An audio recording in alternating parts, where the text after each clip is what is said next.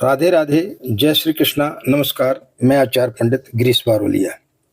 हमारे आत्मी एक बहुत सुंदर प्रेरणादायक प्रसंग भगवत गीता में भगवान कृष्ण के द्वारा अर्जुन को कहा गया है। उसके भावार्थ को समझते हुए यदि आप उसे समझेंगे तो निश्चित रूप से ईश्वर से आपकी हर शिकायतें दूर हो जाएंगी। आप जीवन जीने की कला सीख जाएंगे।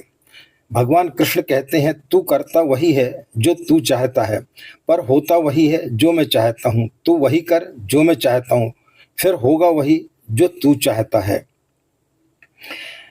एक एक पंक्ति का हम अर्थ समझेंगे। तू करता वही है जो तू चाहता है, इसका मतलब है कि आपके कर्म और प्रयास ही आपकी इच्छाओं को साकार करते हैं।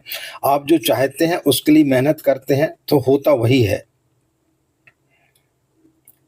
दूसरा, पर होता वही है जो मैं चाहता हूँ, इसका मतलब है कि अंतिम परिणाम हमेशा आपके नियंत्रण में नहीं होते। कुछ चीज़ें ऐसी होती हैं जो आपके कर्मों या इच्छाओं से परे होती हैं। तीसरा, तू वही करता है जो मैं चाहता हूँ, इसका मतलब है कि आपको अपने कर्मों में भगवान की इच्छा का पालन करना चाहिए, आपको अपने कर्तव्य का पालन करना चाहिए और अपने कर्मों में ईमानदारी रखना चाहिए।